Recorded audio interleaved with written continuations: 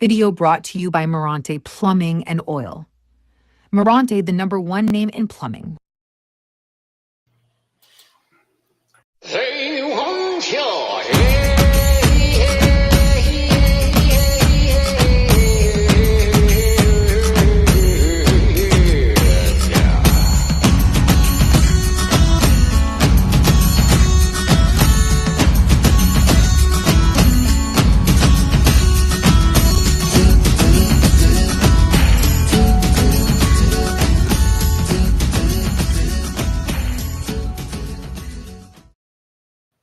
And we are back, Gmac and the camp crew in the house. Hopefully we got some fucking sound this week. Hopefully. Gentlemen, let's get dangerous. Roger that. Yep. Oh, well, fucking dynamite dropping, guys. Yeah. On the positive note, let's get it right out and let's get it fired up. Winnie had successful surgery. He's currently recovering as we record this right now. I spoke to him earlier today.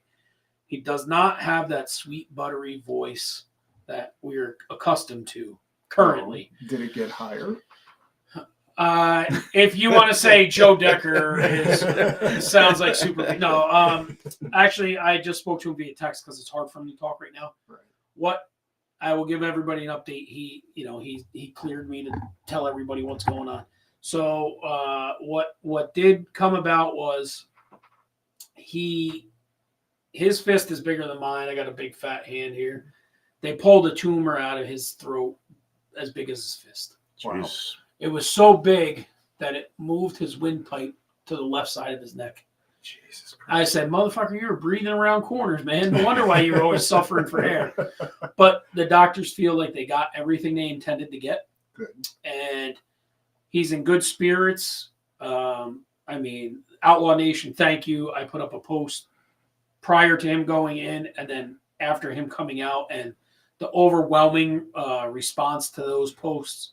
He needed that on the way in, and he was thankful for it on the way out. Yeah. He is doing well. We hope to have him back in some capacity, whether he drops in via video one night or something. He's got a tough recovery ahead of him. Yep.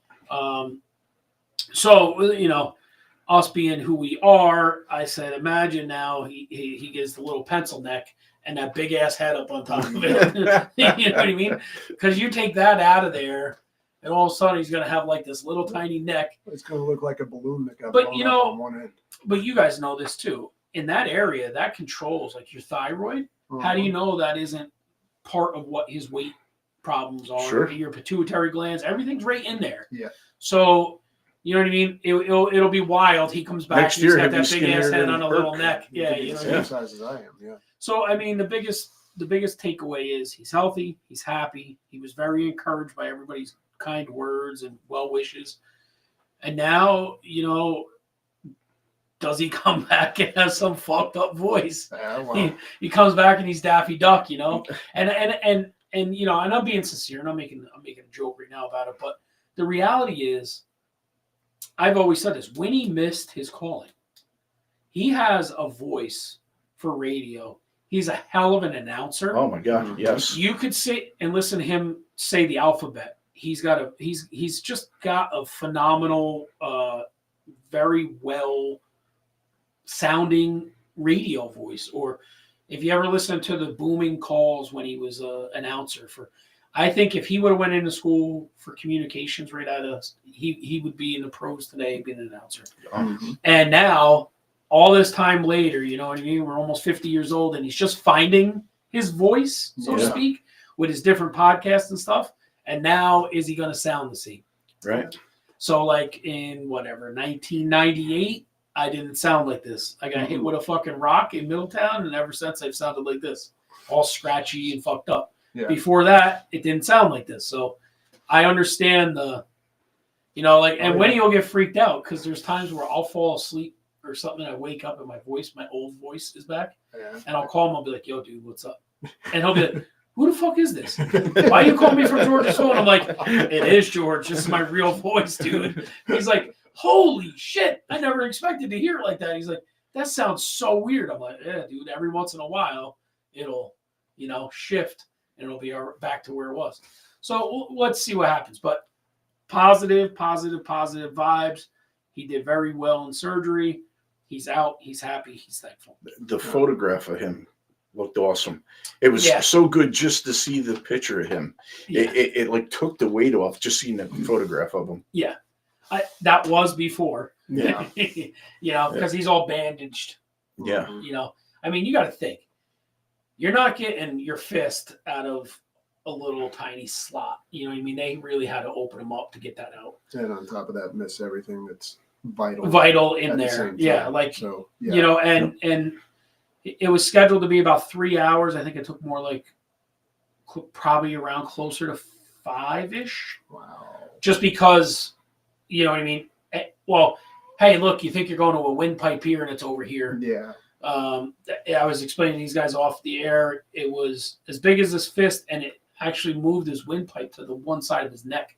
So he'd have been the only guy you could have shot straight through the middle of the throat and not crushed his windpipe because it was over here on the left side of his neck. So, they probably started getting there and were like, wait, what the fuck is going on? Mm-hmm. So, but he is happy. He is healthy. He is recovering, and he is very, very, very thankful for all the fans and their well wishes. Well, when we saw him on Saturday night, Winnie was amped up. Winnie, Yes, he was.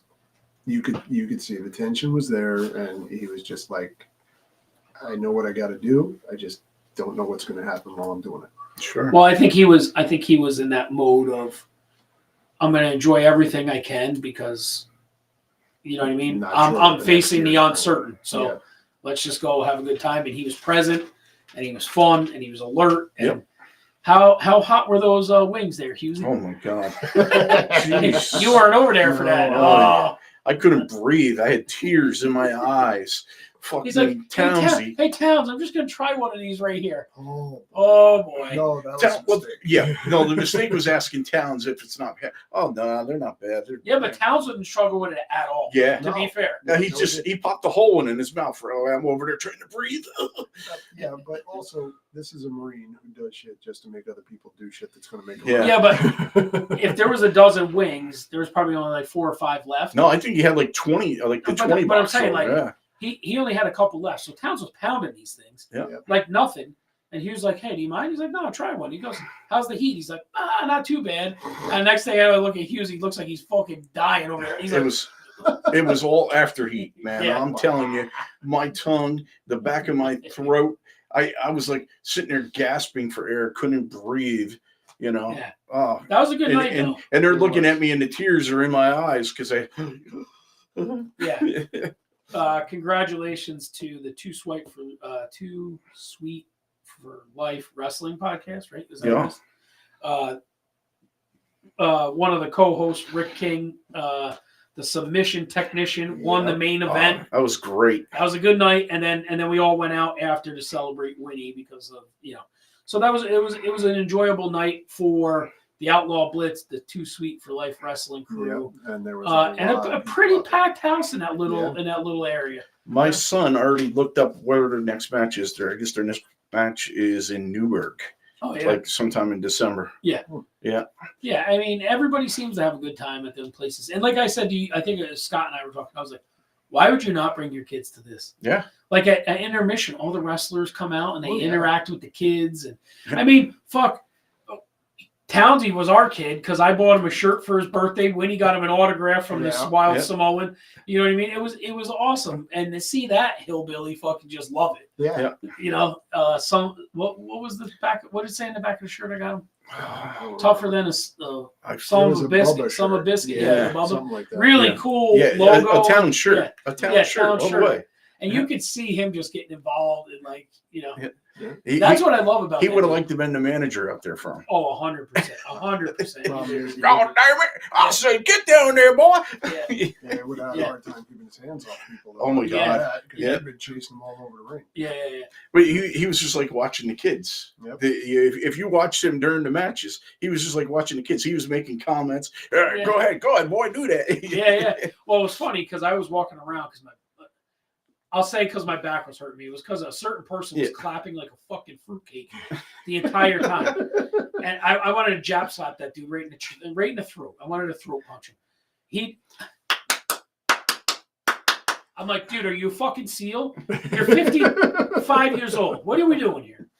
But I'm watching from across the ring, and just watching Towns was making me happy because he was like a 9-year-old hill jack just fucking losing it. Yeah, boy. Having a great time. We had the kids there with us, Amy's grandkids, and Morante's boy up there. Morante's boy was there, man. He wanted to jump into the ring with they him were and involved. stuff. You know, it was awesome. He was up there getting those slaps as the wrestlers would run by him and stuff.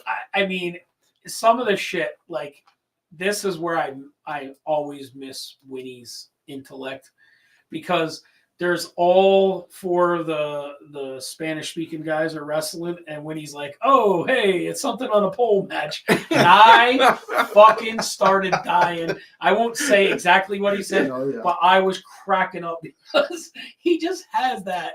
He just firing snaps at you, and you're like, oh my God, this dude he's relentless. This is the part we miss. Yeah. That's the part. Yeah.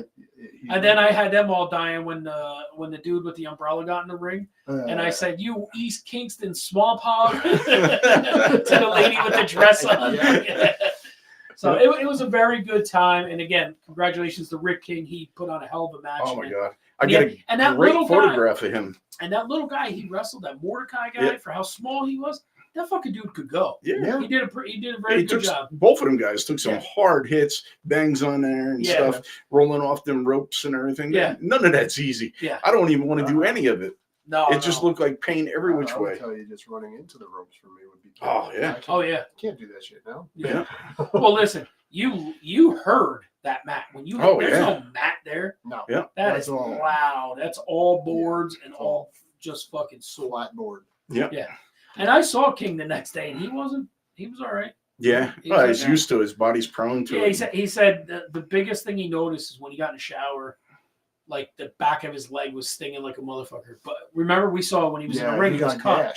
Yeah. I think it was when he hit the steps on the outside. Yeah. Because he's like, I think he scratched me. I go, Rick, you didn't have it. You didn't have it in the ring. Yeah. You guys went out of the ring. You hit the stairs, and then when you came back in, you had it. Yeah. So I thought like the back of his leg caught the edge of the stairs. And it was like a 10-inch long scrape. Oh yeah. So it was noticeable. Yeah, it was like from like probably the top of his hamstring down to his knee. Matter of fact, I'd probably go through my photos and show it right in the photos. Yeah. But I got a couple of great shots of him. One shot leaping off the ropes onto the little guy on the mat there, and another shot when he won the fight, was standing up there with his arms and stuff. Yeah. I said, I'm going to blow that up so we put it in a picture frame or something. Nice. Yeah. Really great shot of him. He looks tough. Yeah. You know, he just looks tough. He's not, but he looks. But he had this superhero look going to him. Oh yeah, he did. You know, really great. His physique for the size of the man he is and stuff. Yeah. You know, very impressive. Listen, I'm impressed. You know, I go to these things and some guys are shit. You know, but I had a very genuinely good time. But the first time I ever saw Rick wrestle, I went over to him. I'm like, dude, listen, I'm impressed. You definitely impressed me. He carries a good match. He tells a good story when he's in there. He gets heat when he needs to get heat. He makes the people love him when it's time for them to love him. It was just enjoyable. Yeah. It was a great night. It's November 11th, Veterans Day, and Scott has made a proclamation, and it is that he's not going to make it through winter because he's fucking skinny and he's a fucking wuss. Oh my God! He left most, the sexy stuff. Yeah, well, I definitely, because I've lost the insulation. Today was the first day where snow was a possibility. I think when we woke up, it was 36 degrees at my house. Yeah, I stepped outside to go get the paper, and I immediately regretted it. Yeah. And I haven't been able to catch up since. So now I'm wearing like 3-4 layers right now, and I'm still freezing. So how often were you outside at work today? I did 3 walks. Yeah. 3 walks to the RV, and we had high wind as well. So that was, I probably got some. And what's wild about that is if you dress warm, and then you're outside where you're cold, but then you come back in. Now you're too warm. Yeah, right. It's going to be a fine balance. It's going to be a layer balance. I just had to get rid of my Giants jacket, the championship one, all the color and all that, because it's 3X, and it wraps around me twice. Yeah. So now I need to go and get an actual winter coat. Yeah. And I had to look for one of those in like I 10 years. I think it's just an excuse to get a winning team jacket. Yeah. Oh, okay, Yeah. Yeah, and That's from the guy and whose news. wife finally got one win over the Bills. Yeah, well, in the news, the Giants fired their coach, so that's big. And I think it's 2 years too late, in my opinion. But, Yeah. Yeah, been a lot of talk about that. I said they have to hire an old like curmudgeon. I think If, listen, what Gruden would be great, Yeah. but what I said I thought maybe Mike McCarthy too. Mm. Listen, Mike McCarthy won a lot of games in Dallas. If he He can did. handle Dallas, he can handle New York. Yeah. But I said, you're gonna appreciate this. I said, if whoever I am, if they hired me tomorrow, the first thing I would do is I would come to my press conference dressed as Palpatine, and I would dub fucking Jackson Dart Lord Vader because he. Well, this is the reason he wears eye black like that Yeah. for Anakin Skywalker. That's he admits that's what it is. But now you're done being Anakin. It's time to be Darth Vader, the baddest motherfucker in the galaxy. Yeah. And if you get a coach and you embrace that, you're going to gain Play tons right of fans just because of Star Wars. Yep. And you play to the hey, we're the evil empire. Yeah. We're not here to be the nice guys. We're here to kick the shit out of you. Move the Death Star from Gruden would be South to great New for York. that. Yeah. Gruden would be great for that. But like I said, I think New York Giants football needs old, tough motherfuckers. Bill Parcells won 2 Super Bowls. Tom Coughlin won 2 Super Bowls. You need an old, tough, yeller. Yeah. And Gruden fits it, but I don't know if he's old enough. Yeah. I'll tell you that the memes and the videos that have come out in the last 24 hours since Dable got fired, Yeah. unbelievable. They had a sit down where they were, what was it, John Maurer and Dable are on the phone with Cam Scatterbo Yeah. saying that he can have 2 Christmases now. And I was like, oh my God, you're yeah, killing the this IA kid. shit. Yeah. Yeah. Oh, you're killing AI. it. And it's just funny, but I mean, some of it long overdue. Yeah. I think he's it's way overdue for And in him. my opinion, Joe Shane needs to go as well because it was him and Dable that put all of this stuff together, and it's a 2-person job. So Yeah. I think he needs to go. But Well, What we do I know? wasted way too much time talking about the Giants. yeah, Are you guys ready to move into our top 5? At least we didn't put the Yes, I Cowboys in there. Yeah, no, I let it go. Fuck them. All right, let's move into our top 5.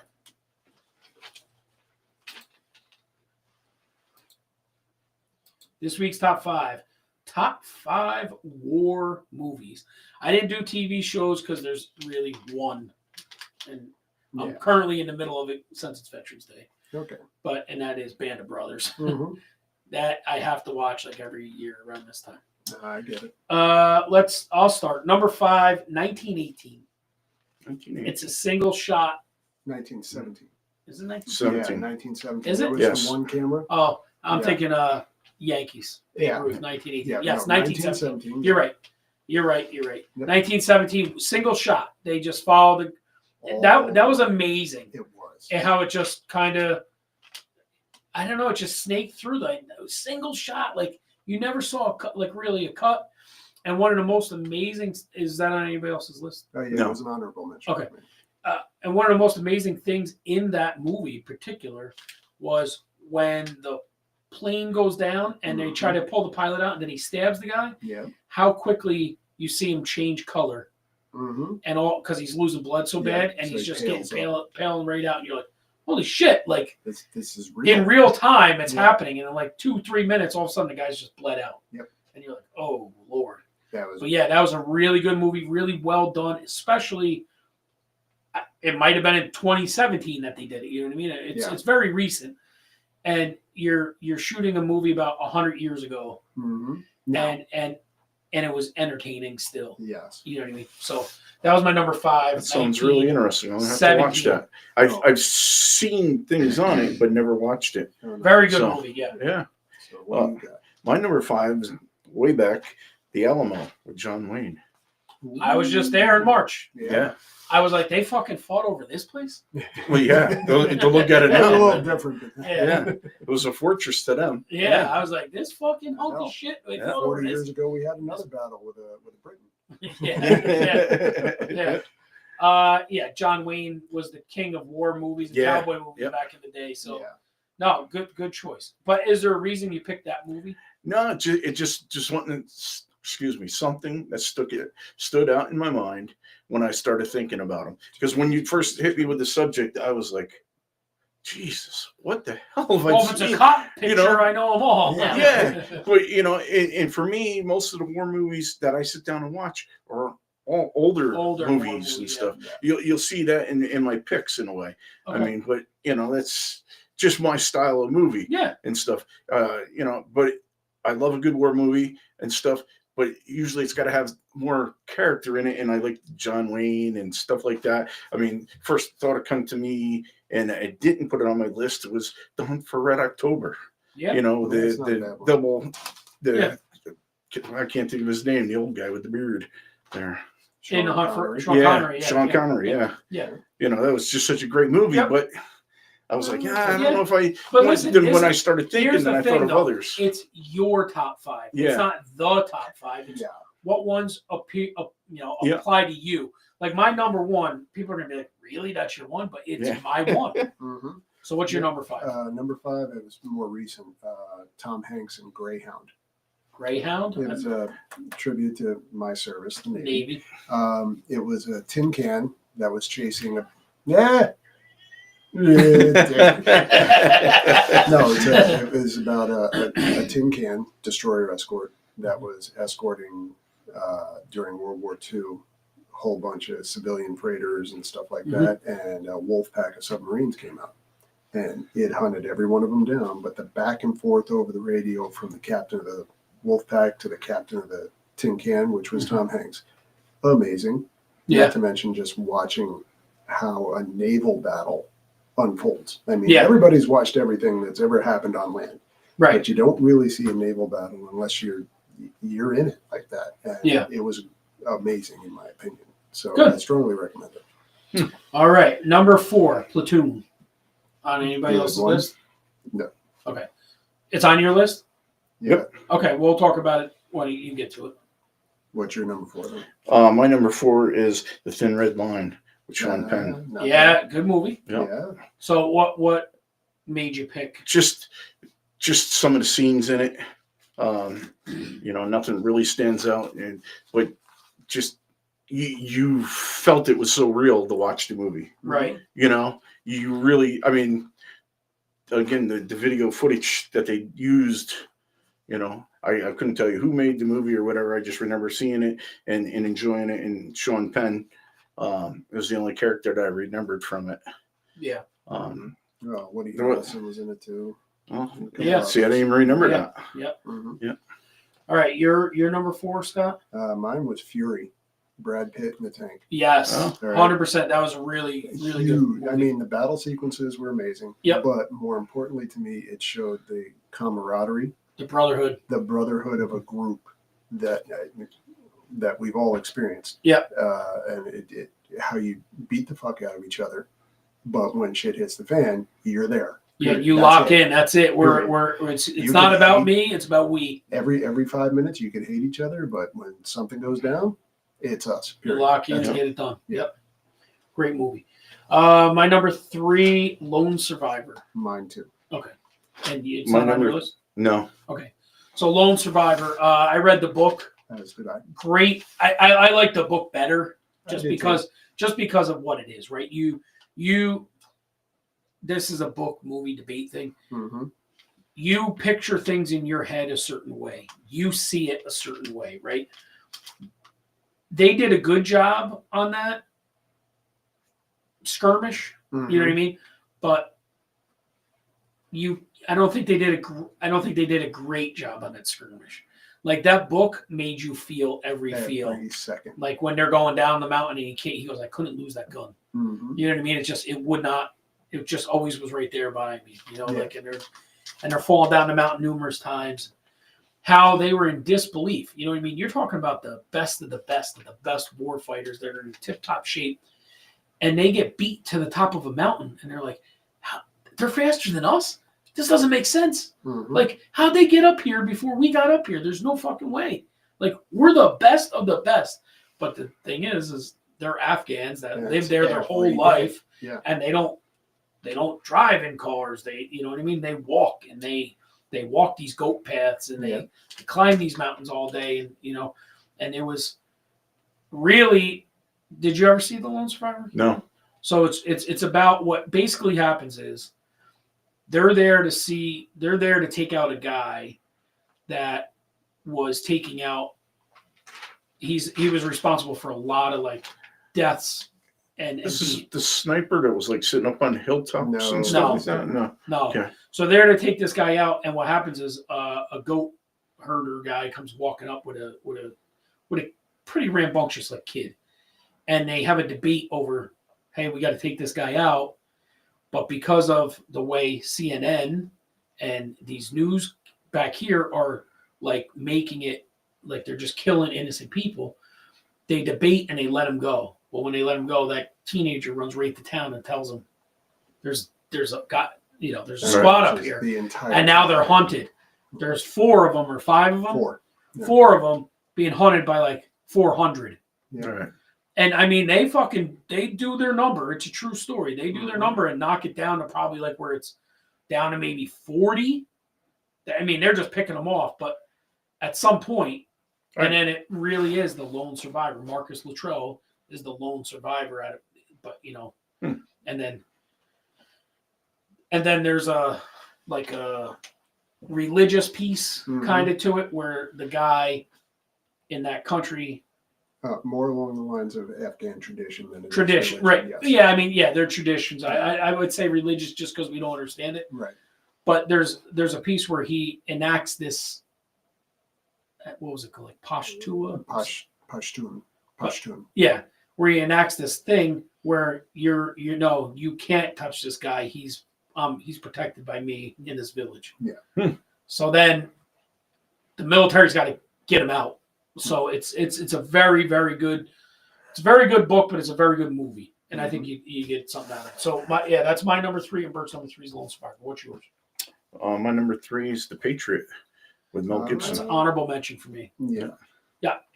Not for nothing. Anything Mel Gibson puts out is just fucking balls. Yeah. Yeah. Just to balls to the wall, Braveheart, like that could have been a war movie. Yeah. You know what I mean? I almost just put thought that more in like there, American-ish war movies, not the 1917 was, but but you got to go just more rock throwing instead of bullet shooting. That's all. Yeah. Patriot, and then like where he's like, you don't fuck with my son, and now that gets him in the fight, and that was the worst thing they wanted was to get that guy back in the fight. Yeah. Awesome. Who's the kid that played his son in that? Heath Ledger, wasn't it? Yes. Yeah. I could see the face, but I couldn't think of the name. What that was. No. Oh yeah, up there. He's up there. Yep. Oh. Yeah. My number 2, Saving Private Ryan. Not bad. Is it on your list? Anybody's list? It's on my honorable mentions. Okay, yeah. Saving Private Ryan, it was probably the most modern restart of war movies.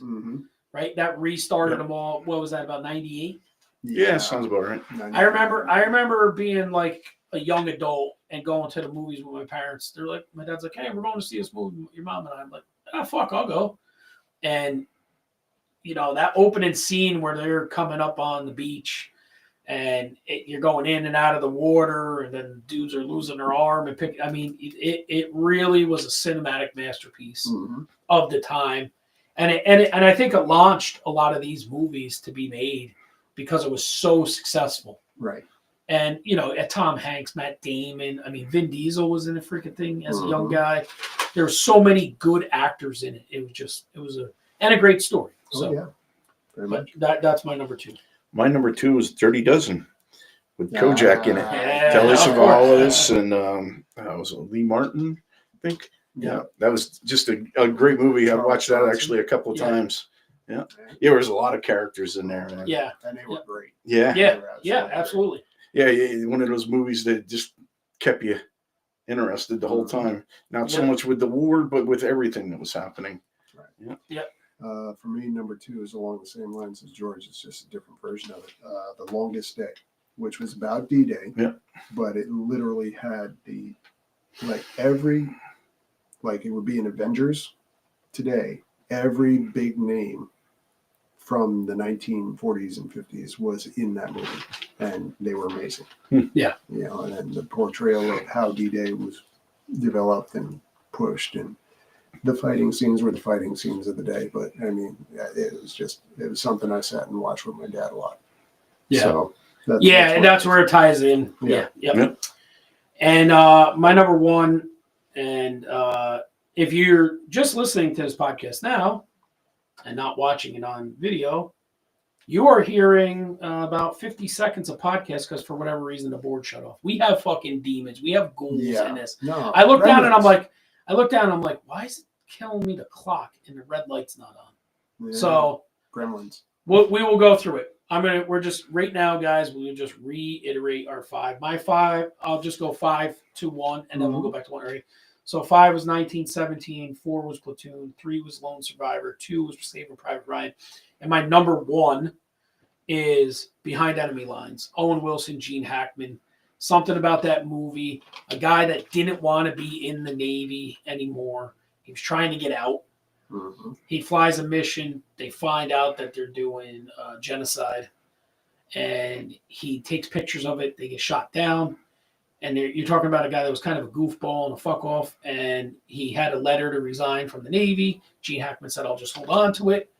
And then he's shot down behind enemy lines. Gene Hackman goes against the UN to go get him. They get him back. And he's like, I think you're holding my letter. Because now he realized how the service is bigger than himself. Yeah. And really, really good movie, really well done. You got some kind of you got some fucking hoodlum in a fucking tracksuit tracking you down. Yeah. You know? And like fucking wasn't it in somewhere like Yugoslavia or something? like yeah. that. So that was my number 1. Hughes, if you want to just read from your 5 up, because my 5, number 5 was The Alamo with John Wayne. Number 4 was The Thin Red Line with Sean Penn. Number 3 was The Patriot with Mel Gibson. And 2 was Dirty Dozen with Telly Savalas and Lee Martin. And my number 1 was on your list, The Platoon, the whole Vietnam movie and stuff. Which is a lot closer to some of our times and stuff for things. So it was really interesting for me. Again, you had Charlie Sheen in there. You had Kevin Dillon. William Dafoe. William Dafoe was a big part of that. Who was the bad sergeant? I can't remember his name right now. He was drawing a blank. Sniper. Yeah. So he was also the catcher in Tom Berenger. That's it. And that was where they bit the hole in the beer and all that, the beer cans. So it was like you said, especially in a very sensitive time. Like Vietnam War is very sensitive for a lot of people. Yep. And how about you, Scott?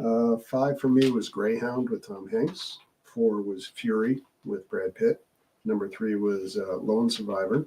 Number 2 was The Longest Day. And number 1 is The Green Berets. Green Berets. Okay. Nice. Yeah. If nothing else, the theme song.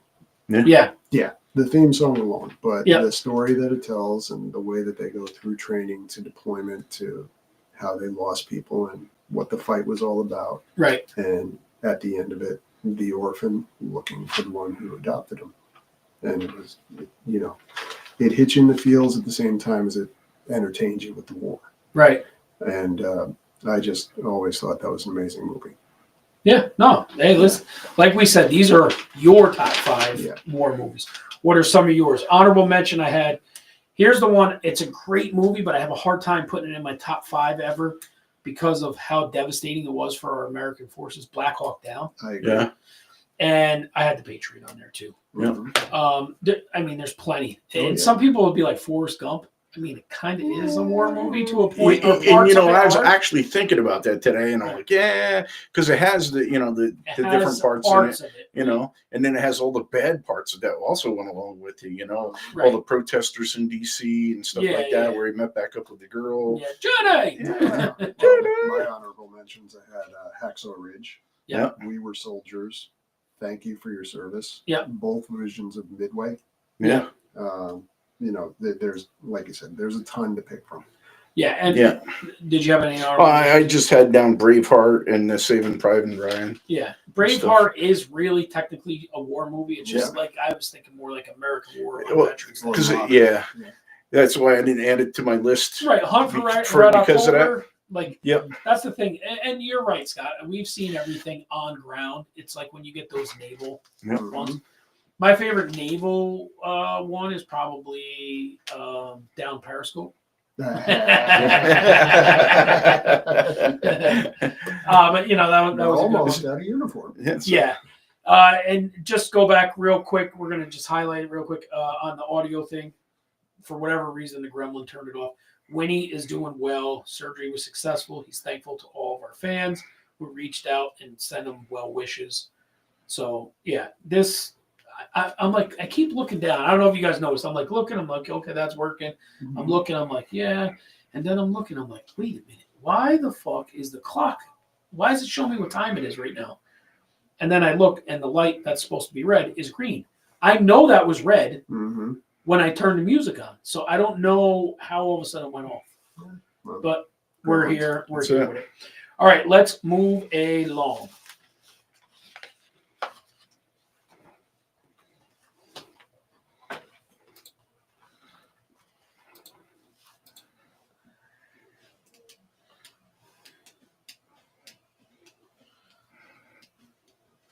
All right, 5 crazy questions this week via Husey.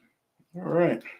Well, first one is, would you guys rather fart every 10 minutes or sneeze every 10 minutes? I fart every 10 minutes now. Yeah, that's what I was doing. That's a no-brainer. Yeah. That's automatic at our age. Yeah. I think it would all, for me, it'd be where I'm at, you know? Yeah, but you know what? Sneezing is... It can be rough, man. Rough. I've thrown my back out sneezing. But there's times like it takes you 10 minutes just to sneeze. Yeah. And it's annoying. You're like, oh, geez, just come out already. So you fart, the only thing is, can you trust it or not? That's it, you know? Yeah. But my problem with the sneezing is always usually in twos, at least for me. Yeah. So, I'm just getting my conscious back and the stars are going from my eyes, and now here comes number 2. Yep. You know? No, there's definitely fart. Yep. All right. If you had to be arrested for something, what would you want to be arrested for? Oh, being murder. sexy. Murder. Murder. You're gonna take me out. I'm good. I'm taking somebody else. Well, there's the thing. Like, you hope it's a non-jailable offense, right? You know?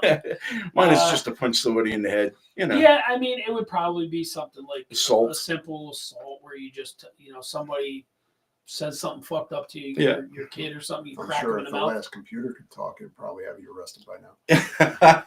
Yeah. I don't know. That old fucking dinosaur. It was assault. That old dinosaur did what 3 of these motherfuckers can't do. That's it. That's why it's upset with you. Yeah, and then you beat it to death. No, I'm not. That was me punching Microsoft. That had nothing to do with the computer, so to say. Well, to be fair, the punch. To be fair, it had to do with Microsoft. Yeah. All right. What's the scariest movie monster that you wouldn't want to run into? That's number 3. Mm-hmm. Scariest movie monster you would not want to run into. I think it would be if you're being like legitimate about it, Freddy, because you're gonna go to sleep every night. Yep. That to me, he could always be there. He can always invade your mind because it's when you sleep. You know what I mean? Like Jason, I'm not going to Camp Crystal Lake. There's no reason for me to see him. You know what I mean? Michael Myers, I don't really care. I'm not part of your family, so you're not going to come hunt me down. Like stuff like that. So it would be the guy that every time you go to sleep, he's got the capability of being there. Maybe it'd be the aliens from A Quiet Place. Oh? The ones that hunt by sound. Yeah. Because... Did hear you breathing? Well, when you're farting every 10 minutes. Yeah, we're all fucking loud. We're sneezing. Or when you get up and your knees pop. Yeah. So. We can't do none of that anymore. Yeah. Number 4. Would you rather ride a wave at the beach or sleigh ride down a hill? I sleigh ride down a hill. I've always done that. I've never been able to go surfing and shit like that. It'd be awesome to have the body to surf and surf. Yeah, I agree. Because I've been sleigh riding. I've never caught a wave. So yeah, I've never caught a wave and I've done sleigh riding. But I imagine people that never seen snow would like to sleigh ride. Mm-hmm. See, to me, sleigh riding is more thrilling because you're hoping not to crash into something. And I'm not a good swimmer, but the wave riding, you're going to only do it really in better weather and Right. You know, and enjoyable in that way. Yeah. And besides that, the last time I went sleigh riding, Keith almost broke my leg. So, you know. Yeah, I mean, and like I said, I guarantee if you ask people that live in warm weather that have been surfing a million times, they'd be like, "Oh fuck yeah, I want to go sleigh riding. I've never done that." Yeah. So like to us, we'd rather go surfing. Yep. All right, number 5. If you had to sell something, if you had to sell your most favorite thing, what would it be? My most favorite thing? Most favorite thing. I don't know, dude. That's tough. That's really tough. I'm gonna sell Lisa. She's my favorite. I'll take care of that for you, Scott. No. For me, it would be the RV. Yeah, and that was. Yeah, like right now, if I Could got we rid of enjoy that, it so it would much? really bother me. Yeah. It would bother me. Yeah. That or my PlayStation, because I'd be fucking bored. Yeah. Like this time of year, that's just what I do. Yeah. Mm-hmm. I find a good game, and I like I'm doing like a war game. I'm doing Battlefield 6 right now.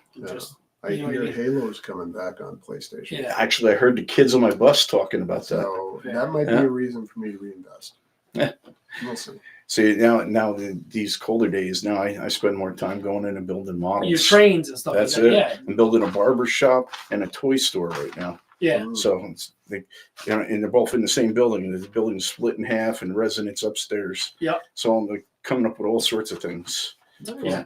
Entertains my mind and my time. Yep. So mine would probably be my PlayStation right now. But if the camper for sure, because we've only been done a month and I can't wait to get back. Oh yeah, big time. Like and me being cold all the time. If we had a fire right now, yeah, I'd be fine. Yep. Did you have a bonus or that was No, that was it. Okay. I felt comfortable with those 5. All right, let's move on.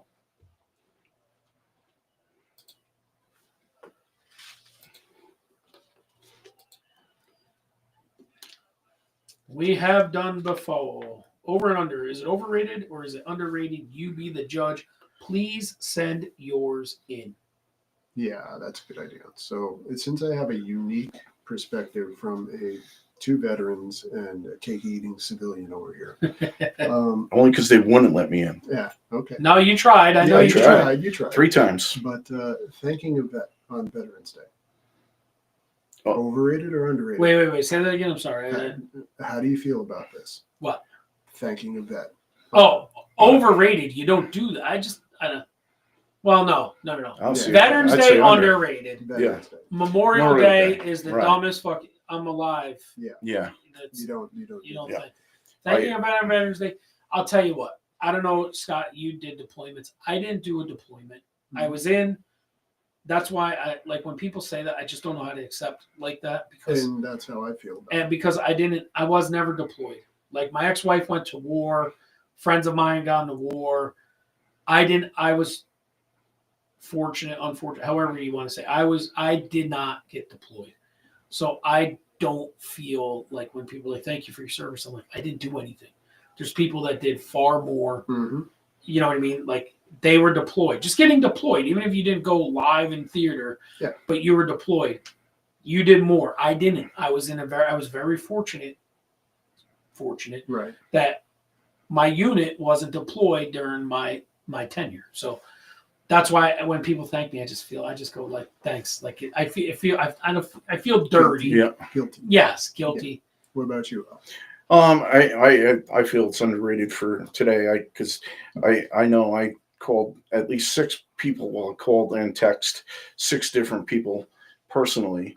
And anybody I ran into today that maybe had a hat on or a veteran hat or Korean hat or Vietnam hat, anything I seen like that today, I made sure I thanked them for their services and stuff. I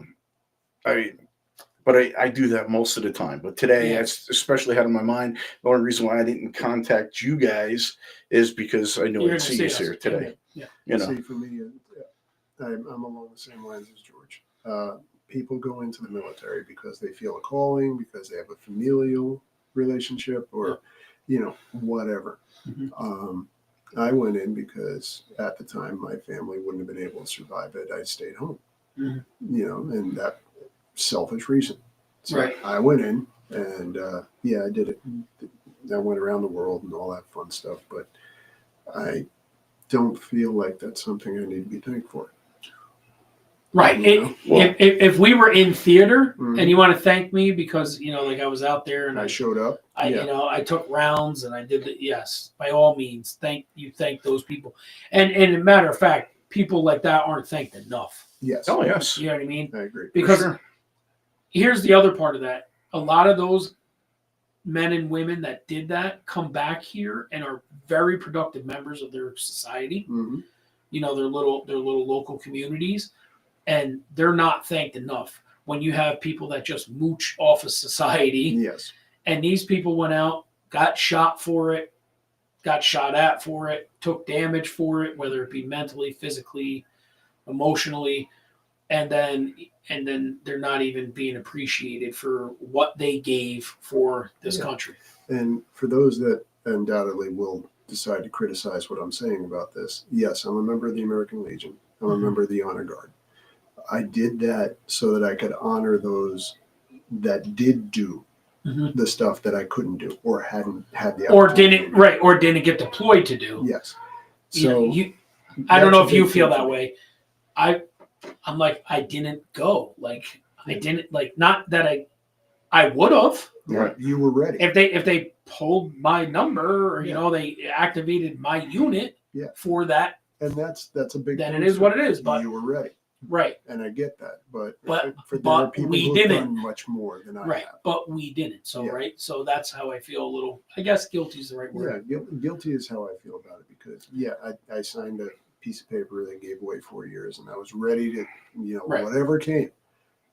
But it didn't. See, for me, I'd rather say that to you and have you feel that little bit of guilty or whatever, how you feel, because if you're the guy that did do all that and I'm able to say that to you and make it a positive thing to that person, I will still do it to everybody I see with that hat or symbol or something that tells me that they were a vet. And you're speaking from a person who wanted to and wasn't able to. Right. Yeah, I wasn't allowed to. So, I get it. All right. Number 2, punctuality. Under fucking rated. Big time. What do you think, Al? I think it's overrated. Who the hell wants to be on time for anything? I'd rather be the last guy in and make a show of it.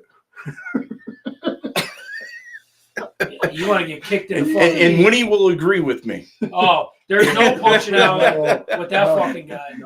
Yeah, Winnie will agree with me on that. Even listen, he's so fucking late. Even his surgery was late yesterday.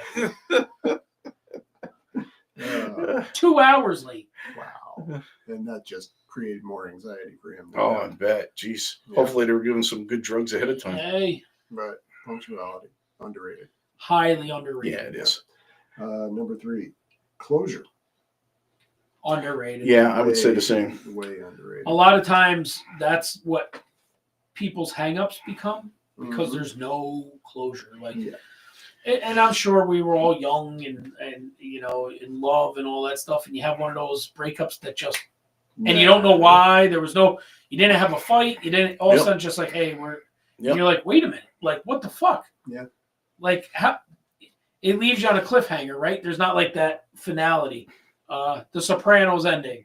No closure, right? You're like, right? And that not what I wanted. if that isn't right, the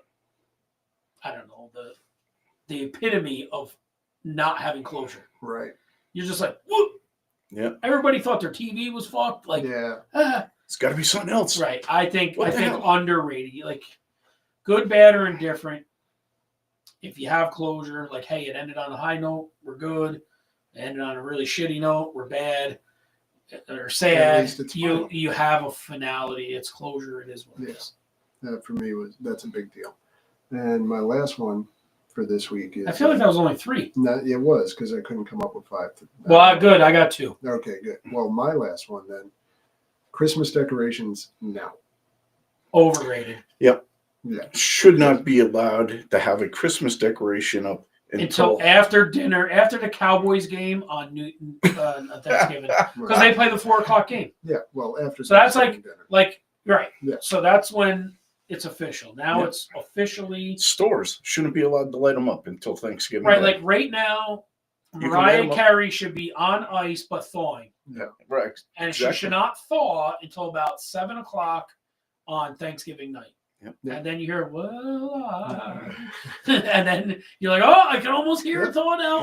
And then there it is. Yep. No, this was inspired by shopping this weekend because we went to Walmart. And guess what's up? No, everything. Guess who bought a brand new Christmas tree? You did. No.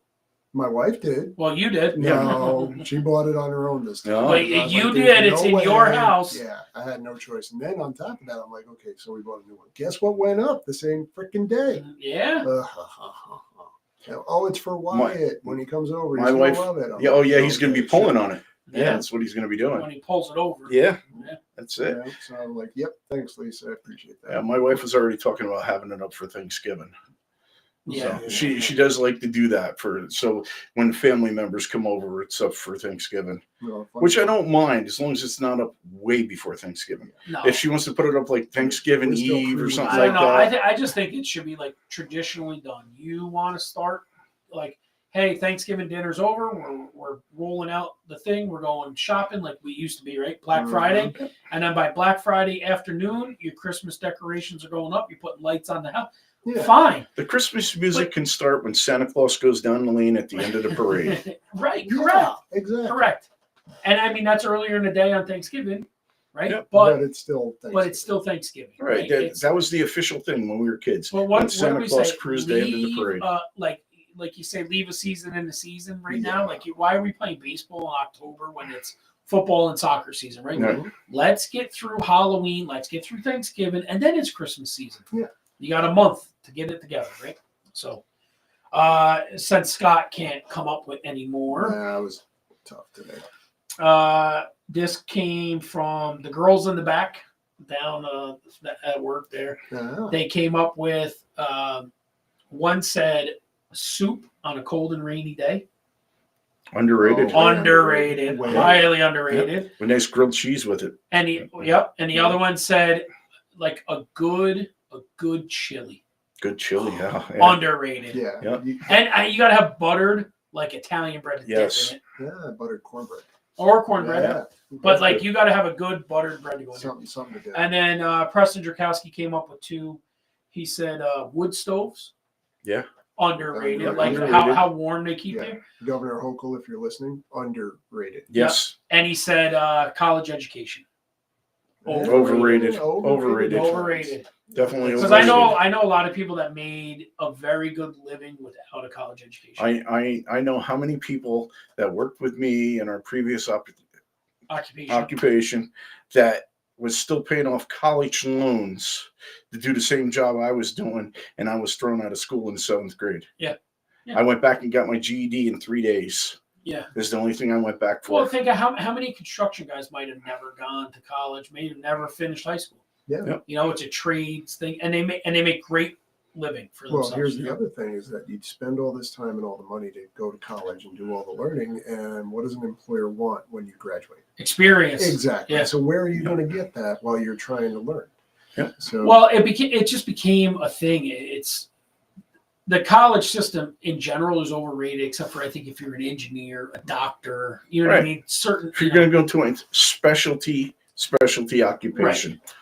Right. Like if you're going to school to be, I don't know. Even a teacher, it's a little overrated there because you get the experience when you get to the final section. Because what do they do with half of them? They send them to go work in the schools for free to learn to train. Well, the thing is, some other teachers. But you got to think, a teacher when we were kids versus what a teacher is now. I think more now, they're limited as what they can teach. Yes, it's they're teaching to a curriculum to a test, and you're teaching the kids that have no respect. Teaching people to be people and how to think. You know what I mean, and how in general. But anymore, it's like they're showing you how to pass this test that's a standardized test that the school gets funding off of, and they teach you to the test as opposed to teaching you. Yeah. You know, so yeah, I think overall in most professions, college is overrated. Yep. Yeah. All right, you ready to move along? Yes, sir.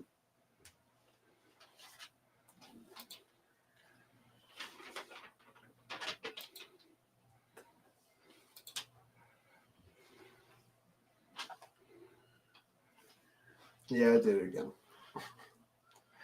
Rabbit hole. What dragged us down the TikTok, YouTube Reels hole this week? I'll start. Charlie Sheen telling a story about all the sports memorabilia he's got. Mm. I got into that, and then it was just Charlie Sheen interviews in general. But he had like, I think he has like a bar named Babe's Place outside. He has a Babe Ruth signed baseball. He had like jerseys signed. He just became like this collector of stuff.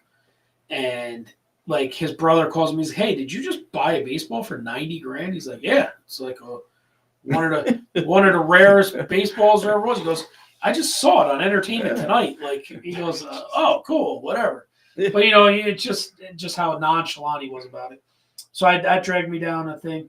And then Indiana quarterback Mendoza threw a last-second touchdown, and Gus Johnson from Fox Sports was like, at the beginning of the drive, he's like, this is his Heisman drive. If he can get down here and win this game in Penn State where they haven't won in 18 tries and blah, blah, blah. And then the most amazing catch at the end. And he's like, Mendoza steps up in the pocket to the back of the end zone. Touchdown! Oh God! Just give him the award. He went fucking nuts.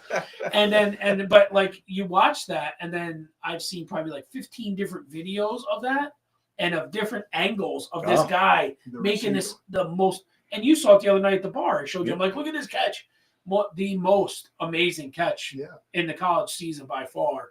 So like you get on the one, and you get on another, and another, and another. And this might be one of Gus Johnson's best calls ever. He might fucking donkers. Watching that catch, I'm going to say that's the best one I've seen in the last 10 years. Oh, and it was especially in what it needed to be. Yeah, including OBJ. It was the moment. Yeah, including any other catch that you can think of. Right, hands wise, it wasn't this magical thing, but what that kid would do with his feet to keep him body control. Yeah, amazing. Yep. Then I watched a whole bunch of stuff on hopped up golf carts. Yeah. I sent them to you guys. I'm like, this is going to be my golf cart this spring. They were ripping fucking wheelies with these things, smoking the tires off them. And then last but not least, a bunch of Dan Soder. I think I sent them to you guys. He's the guy that does the Macho Man impression. Yeah. And he was talking about when on the playground being 11-year-olds, when Hulk Hogan wrestled the Ultimate Warrior, and how it divided his school because they were both good guys. Yeah. And he goes, not for nothing, all the Ultimate Warrior fans were cokeheads, and all the fucking Hulkamaniacs were alcoholics. He goes, we grew up, and the dudes that all rooted, he goes, I literally remember going down the fucking class picture. Oh, Hughes and fucking Burke, they're fucking loaded up on cocaine, and they were the fucking Ultimate Warrior guys, and me and Winnie were the drunks over here. And he goes, it was crazy. Like all the Hulk Hogan fans were drunks, and all the fucking dudes were all coked up. But think about the Ultimate Warrior was like a coked up fucking superhero. Yeah. Just nuts. And Hogan was always repeating himself, so what do drunks do? What's it gonna be, brother? and then when he falls down and he's all fucked up and he's got to get up, I ain't nope. But one funny thing before you guys go into yours, last week when we left here, I go down Partition Street here, down the bottom of the hill. I cross the Red Bridge, and I'm the last in the line of us. Usually I'm the first in the line of us. I'm the last in the line of us. I don't know if you saw it. Right after we crossed the bridge, there's an apartment thing, like East Bridge Street comes down and then West Bridge Street, right? Or West Bridge Street comes down and then East Bridge Street's on the other side. It cuts up, right? Okay. There's an apartment right on the corner. There's a fucking drunk dude back there, and he's trying to piss on the side of the building. He stepped off probably like a 4-foot curb and went ass over tea kettle. His feet are in the air and he's pissing in his own mouth. I was fucking crying, laughing, driving up the hill. Oh, we're going he's like, he goes to put his hand on the wall and there's no wall there. He just steps off and he goes down. And next thing I know, his head is down, his feet are up, and he's just pissing in his own mouth. And I'm just fucking cracking up, and I'm like, oh my God. And then the car coming down the hill locks up the brakes because she thinks like he might roll out until he rolls in front of her. Oh my God. It was I missed that. It was the greatest. Yeah, I missed that. Glad I missed that. We were close. Run over whoever was in front of me. We were all running after another guy this week. So. Yep. All right, so that was my rabbit hole. What'd you have, Scott? Well, Netflix had a movie on, which was called In Waves and War. And it's about members of the SEAL team in the last 25 years that came back from their deployments, and they have PTSD, all that fun stuff, and how the VA was trying to treat them, and how they, in some cases, they were on 10 different psychotropic meds, and they were just going nowhere but in circles. You take medication to wake up, you take medication to go to sleep, you take medication so that you can wake up again. And they introduced something called psychedelic treatment. Yes. And it's only available outside the United States right now. So it showed the two processes that two guys went through, and then the third as he went through it. And it was amazing. It really was, because what I liked the most about the documentary itself is that it gave the individuals who went through it, and then it gave the aspects of family members observing what they went through. And you just see what the whole unit really had to fight for to get them back to You know the actress Elijah Dushku? Yes. It's my Hollywood crush, by the way. Elijah, if you're out there, I love you. She's very big into this. She went to school. I don't know. She's probably got her master's or something in it. And she's fighting for this right now. Sean Ryan show, you know Sean Ryan? Yes. This is where I first heard about it. He did it, and then all the guys that were in teams that come on, he's like, hey, have you done? And they call plant-based medicine or something like that. It's like, have you done the plant-based medicines? It's basically psychedelics. That's the funny part. It's a two-step treatment. One is plant-based. That's located outside the United States. The second is derivative of the venom of a toad. DMT. And I'm like, holy shit, this right. Wow. And every one of them said that is what healed them. They said they like conventional medicine, like he said, has you on this to sleep, this to wake up, this for anxiety, this to get happy, this to get hard on, this to get that. And they said most of them guys, they went there, and a lot of these guys on Sean Ryan's show talk about this in depth, where they go and they do the psychedelics, and the DMT is a big one, and there's another one, and I can't remember what it is. But it's a very particular one that it doesn't bring you like you're gonna die, but your mind kills whatever. Like in the moment, you're like murdering whatever this piece in your brain is holding on to. And that's what one of them described, is that it was like snapshots on a wall. And then he was just taking them down one on one. And as he dropped them, they disappeared. And that's new on Netflix? I'm going to watch that when I go home. No, it only just came out in the last week or so. And what's that called again? In Waves and War. Waves and War. That sounds interesting. And what's crazy is, because like I said, I've heard Sean Ryan talk about this with numerous people. And I'm listening to a 4-hour episode of his right now on every ride. It's Mark Bissonette. He was on the Osama bin Laden raid. Right. And this dude grew up in a fucking high school that graduated three in Alaska. Wow. So for their basketball team, for their high school in Alaska, they'd have to get on a Cessna and fly to the next town to play them. Like that's, and they go, how'd you go on a date? He goes, I never went on a date until I got like into the teams. He goes, because I up there, he goes, he's like, you got to understand. It's your sister. Back in the day, I grabbed a fishing pole, an AR, and some rounds, and got on a boat and went down the river with my buddy. Like, he goes, yeah, I had to hang out with a girl down the river, or whatever. He goes, but like, go on a date? You don't go on a date. He goes, I didn't even know how to put gas in a car, because a plane would come in or a barge would come in. They'd put 700 gallons of fuel in a tank in my front yard, and that's what you lived on for the year. Like, you didn't go and pay or put a card in or anything like that. So that's what I'm listening to. But they talk about these DMT and all this stuff and how it really transforms their mind. It's just, all those guys swear that this is what is needed to fix the military's or mental to health. release PTSD. Right, to fix And- the mental health problems of the military. And my reason for going down that rabbit hole is because I can see that with these team guys, it's not just PTSD. It's Right. what for us would be called CCTS, cumulative. Yes. All right. Well, and it's going to Career trauma stress. right. It's going to branch out to fire, And EMS, first response. any of all that of stuff. You're going to because you're taking on bodily stress, hours, weight, emotion, Oh yeah. all the trauma, violence. You're taking these things on in consistent doses. Oh yeah. And Not like it's not like, hey, you went on one deployment, you had really bad couple nights.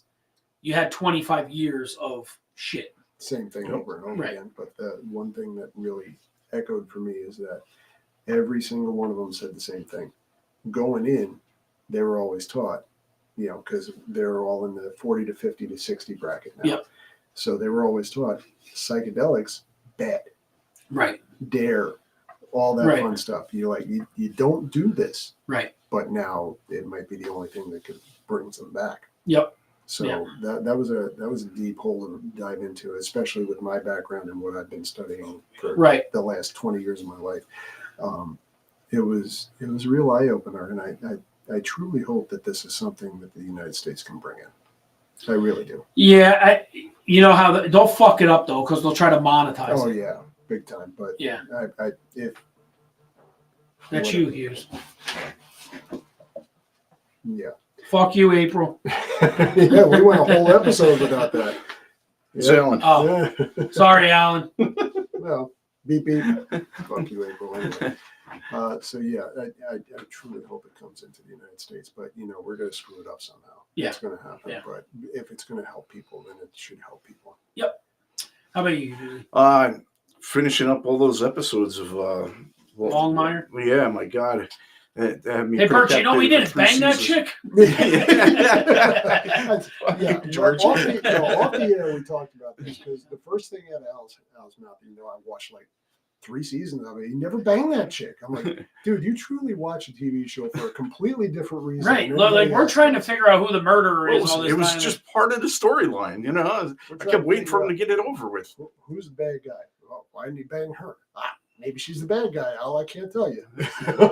We were talking earlier about shows and stuff not really finishing up well. In the last episode of that last night, and I was just like, there really wasn't a conclusion. So I don't know if they're going to add another season or not, because I was kind of lost. Yeah.